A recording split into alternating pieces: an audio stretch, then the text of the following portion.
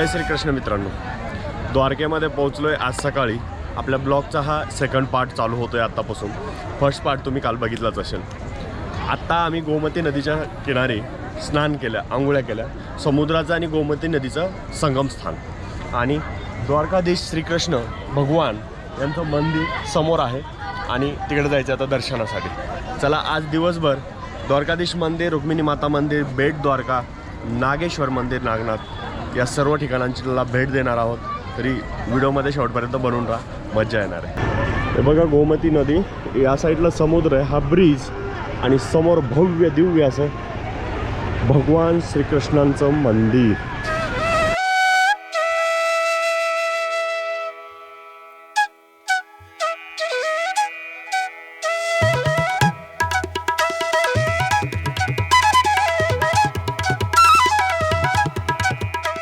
भारतातील 4 धामापैकी एक असलेलं द्वारकाधीश मंदिर माझ्या पाठीमागे दर्शनासाठी जातोय का. 4 धामचे 2 प्रकार आहेत. एक उत्तराखंडचे 4 धाम, गंगोत्री, यमुनोत्री, बद्रीनाथ, केदारनाथ, आणि भारताचे 4 धाम ज्याच्यामध्ये द्वारकाधीशाचं मंदिर येतं. दुसरं काशी विश्वनाथ, तिसरं केदारनाथ आणि चौथं जगन्नाथपुरी. त्यापैकी हे एक आज दर्शन होतं आहे. जवळपास 4ही धाम भारताचे आणि 4ही धाम उत्तराखंडचे पूर्ण होतात दर्शनाचे. त्याचबरोबर 12 ज्योतिर्लिंगाचं पण दर्शन पूर्ण झालं. म्हणजे या ट्रिपमध्ये माझ्या आतापर्यंतच्या प्रवासाचा पूर्णत्व झाल्याचा आनंद मिळतो आहे.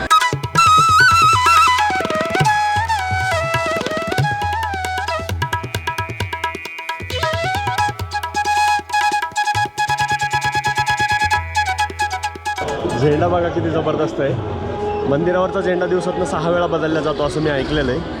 आता बघा सकाळचे टाईम आहे, याच्या आधी वेगळा झेंडा होता. आत्ता जो लावला आहे तो खूप मोठा आणि प्रशस्त असा झेंडा आहे. आता आम्ही निघतोय पुढं नागनाथ आणि बेट द्वारकाकडं. द्वारकेमध्ये श्रीकृष्णांचं राज्य होतं आणि श्रीकृष्णांचं बालपण व लीला ही सगळी ब्रजमंडल म्हणजे मथुरा, वृंदावन साईडला झालेली. त्यानंतर द्वारकेमध्ये कृष्णांनी राज्य केलं व इथं सोन्याची नगरी बसवली जी आता समुद्रात बुडाली असं म्हणतात. बेट द्वारका म्हणून एक ठिकाण आहे, तिकडे पण आम्ही जाणार आहोत. काल सोमनाथ दर्शन केलं. सोमनाथ मंदिरापासून 2 किलोमीटर अंतरावर एक मंदिर आहे जिकडे कृष्णांचा देहत्याग झालेला होता. म्हणजे एक ठिकाणी बसलेले होते, त्यांच्या पायाला बाण लागला आणि त्यांनी देहत्याग केला व तिथून उठून पुढं जाऊन विठ्ठलाचं रूप घेतलं, जे आपल्या पंढरपूरचं विठ्ठल मंदिर आहे. त्याचं कारण होतं रुक्मिणी माता पंढरपूरला जाऊन बसून बसलेल्या होत्या, म्हणून कृष्णांना पुढं विठ्ठलाचं रूप घेऊन पंढरपूरला यावं लागलं. अशा प्रकारची कृष्णाची लीला. अशी बरीचशीच ठिकाणं आहेत जी आम्ही मिस केले ह्या 2-3 दिवसामध्ये, कारण आम्हाला तुमच्यासाठी ट्रिप प्लॅन करायचं आहे आणि आम्ही पुढच्या महिन्यामध्ये एक जबरदस्त असं ट्रिप घेऊन येणार आहेत. गुजरातचं द्वारका, सोमनाथ वगैरे. आणि इकडे एक ठिकाणी 3-3, 4-4 मंदिरं, खूप महत्त्वाचे ठिकाणं पण आहेत. पण आम्ही सगळे कवर नाही करत आहे कारण आम्हाला प्लॅन करायला वेळ जातो आहे. पण नेक्स्ट ट्रिपमध्ये तुमच्याबरोबर सगळ्या गोष्टी कवर नक्कीच करणार आहे. सोमनाथमधल्याही काही गोष्टी आम्ही कवर करायच्या राहिल्यात आमच्याकडनं गडबडीमध्ये, कारण आम्हाला बाकीच्या बाहेरच्या काही कामांमुळं खूप वेळ लागत होता. गिरनारमध्ये पण आम्ही वरती नाही जाऊ शकलो. बट नेक्स्ट मंथ तुमच्याबरोबर येऊ परत आपण सगळ्या गोष्टी परफेक्टली करायच्या आणि त्यासाठी डाटा गोळा करायला, माहिती गोळा करायला फक्त फिरतोय. तर तुम्ही तयार राहा बरं का. नेक्स्ट गुजरात द्वारकाधीश. यस, चला.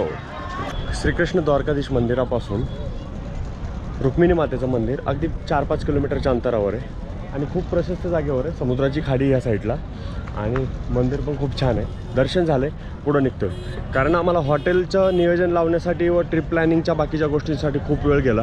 तर आम्हाला आता जरा पुढच्या ज्या गोष्टी आहेत ना त्या फास्ट करायला लागणार आहेत. जसा रामेश्वरमचा रामसेतू तसा द्वारकातनं बेट द्वारकाला यायला 18 किलोमीटर अंतर आहे आणि त्या अंतर पास करत असताना इथून आपल्याला हा सुदर्शन सेतू पास करून बेट द्वारकावर जावं लागतं आणि खूप जबरदस्त नजारा आहे. सुदर्शन सेतूचा बघा बनावट कशी आहे, भारी एकदम. आणि इकडं हा व्ह्यू बघा, समुद्र पूर्ण.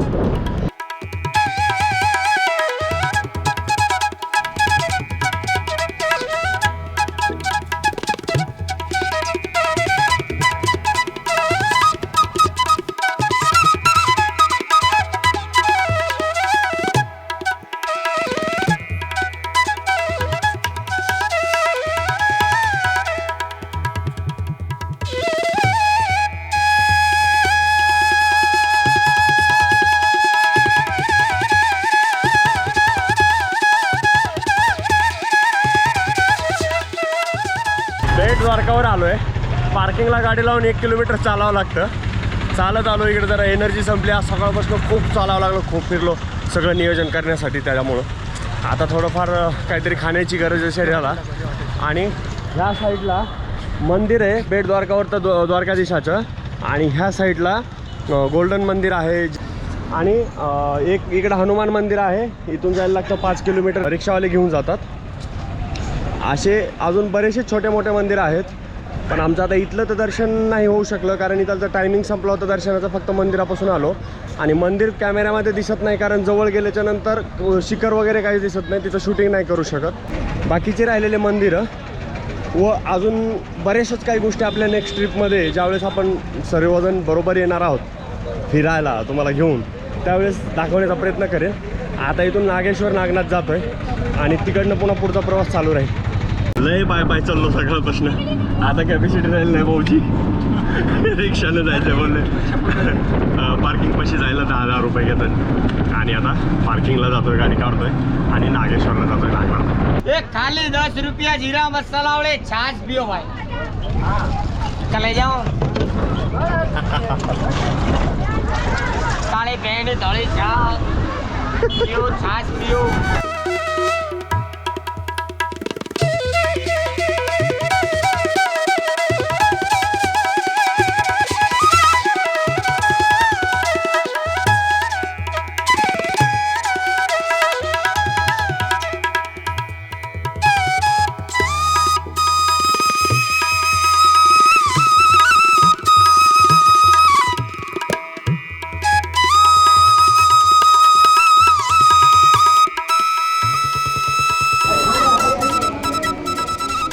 आजच्या दिवसातील शेवटचा पॉईंट नागेश्वर ज्योतिर्लिंग.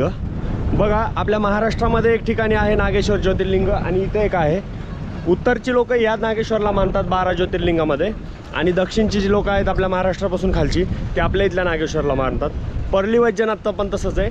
परली वैजनाथची पण प्रतिकृती झारखंडमध्ये एका ठिकाणी आहे, तर इकडचे लोक तिकडल्याला मानतात.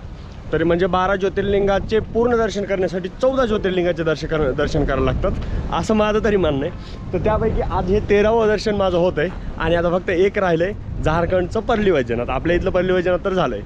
तर मी त्यानंतर पूर्णपणे 12+2 असं ज्योतिर्लिंगाचं दर्शन माझं पूर्ण होतं आहे.